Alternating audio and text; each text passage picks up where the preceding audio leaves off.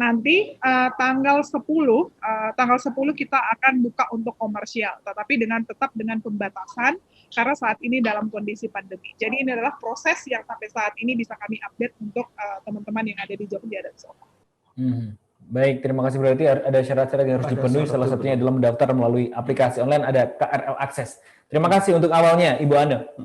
Kita lanjut ke Wakil Ketua Apindo Surakarta, Pak Bambang Gage. Halo.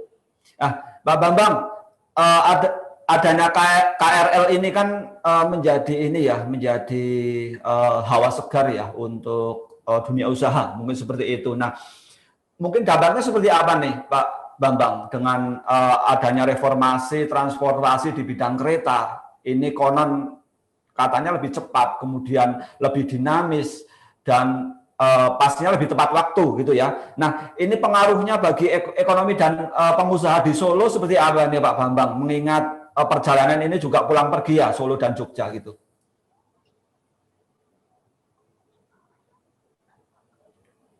Halo, Pak Bambang? Ya, halo. Masuk ya suaranya ya? Ya, masuk Pak. Silakan Pak. Ya, baik. Saya dulu adalah juga pramakers, ya, sudah lama sekali. Sejak mulai hanya bayar Rp2.000 ya, itu pun dulu masih kereta yang lama itu, dan agak nakal ya, tahun 2000-an itu 99 2000 itu bayarnya cuma 1.000 main tempel pada 2000 ya. Perkembangannya sangat luar biasa. Saya mengalami itu dari kereta biasa kemudian ke KRD ya, sampai sekarang mau ke KRL. Banyak sekali. Tadi saya sempat update status dengan picture dari Tribun yang luar biasa. Ada banyak sekali masukan, saran ya.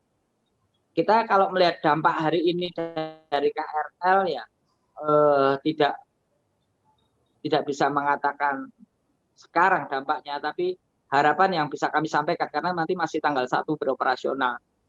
Yang pertama adalah ketika kereta rel listrik ya, ini kira-kira nanti pasokan listrik terganggu apa enggak gitu ya untuk Jawa dan Bali, karena kami usaha itu kan juga tergantung juga dengan listrik yang ada.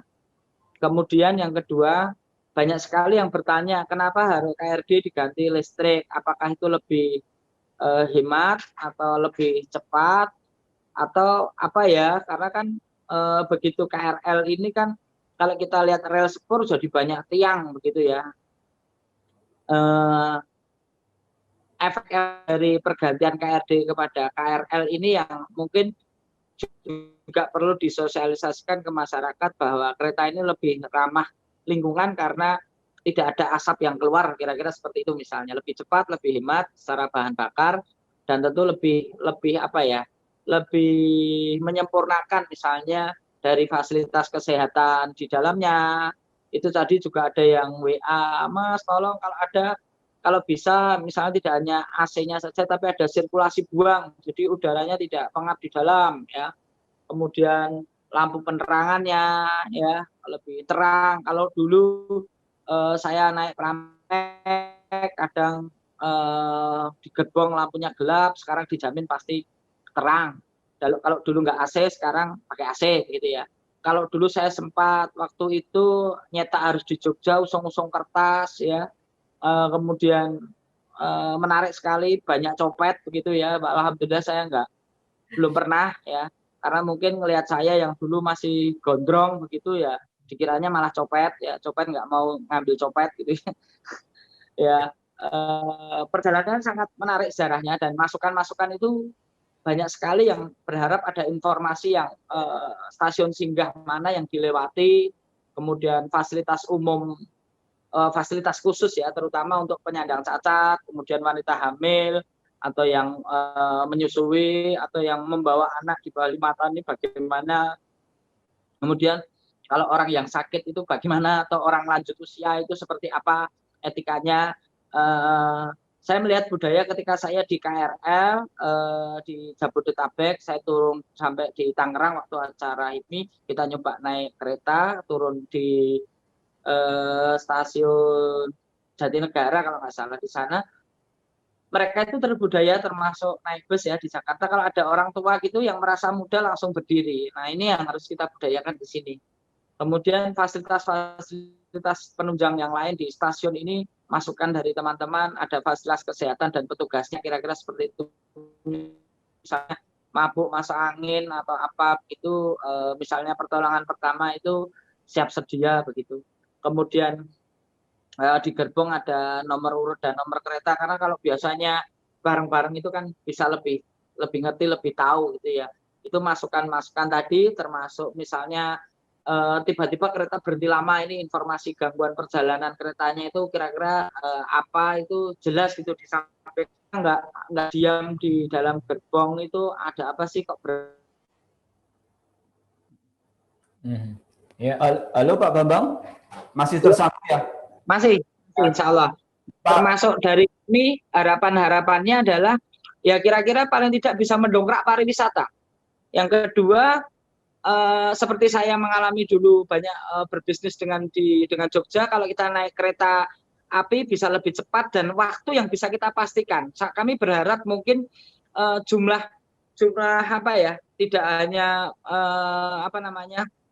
antara Solo Jogja Solo ini jamnya mungkin rutenya bisa agak nambah begitu. Jadi kita bisa sewaktu-waktu mau ke Jogja atau dari Jogja ke Solo itu sewaktu-waktu bisa, mungkin tidak hanya pagi saja tapi yang malam yang paling larut jam berapa itu menarik sekali untuk kawan-kawan bisa ke Jogja atau dari Jogja ke Solo tanpa harus perjalanan darat yang non sewu. Banyaknya traffic light Solo Jogja itu kan cukup macet dan mungkin akan lebih efisien ketika kita bisa efisiensi waktu, sehingga urusan bisnis yang sangat cepat yang tidak bisa tergantikan dengan online kita bisa lebih cepat teratasi. Yang kedua, kami berharap nantinya ketika banyak stasiun yang berhenti, mungkin hari ini bisa 11 atau mungkin besok bisa nambah, tentunya konektivitas dengan misalnya teman-teman yang mau bikin pabrik di Delanggu nggak khawatir lagi, yang Solo kerja bisa naik dari Purwosari atau mereka bisa naik dari stasiun Degres, cukup dengan KRL ini nanti bisa turun di Delanggu gitu ya, dan itu mungkin berhentinya cukup sebentar tapi langsung jalan lagi, dan itu waktunya juga sangat memungkinkan jam-jamnya, sehingga kami berharap geliat ekonomi tidak hanya geliat pariwisata yang ada di Solo maupun Jogja bisa lebih banyak, sehingga ini memotivasi kota Solo, masyarakat Solo dan pengusaha Solo untuk kemudian menciptakan destinasi baru. Tidak hanya orang ingin berkunjung ke Jogja karena urusan wisata budaya atau wisata apapun, tapi juga orang Jogja atau wisatawan yang ke Jogja bisa singgah ke Solo atau bisa berpergian ke Solo hanya dengan KRL. Itu harapan kami.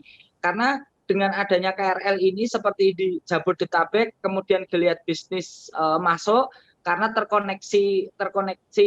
koneksinya ada, baik dari stasiun kemudian ada bus kotanya. Ini kami berharap nantinya pasti antara Solo dan Jogja di stasiun kecil akan muncul angkutan-angkutan baru, sehingga orang tidak harus semuanya turun ke jalan dengan menggunakan kendaraan pribadi.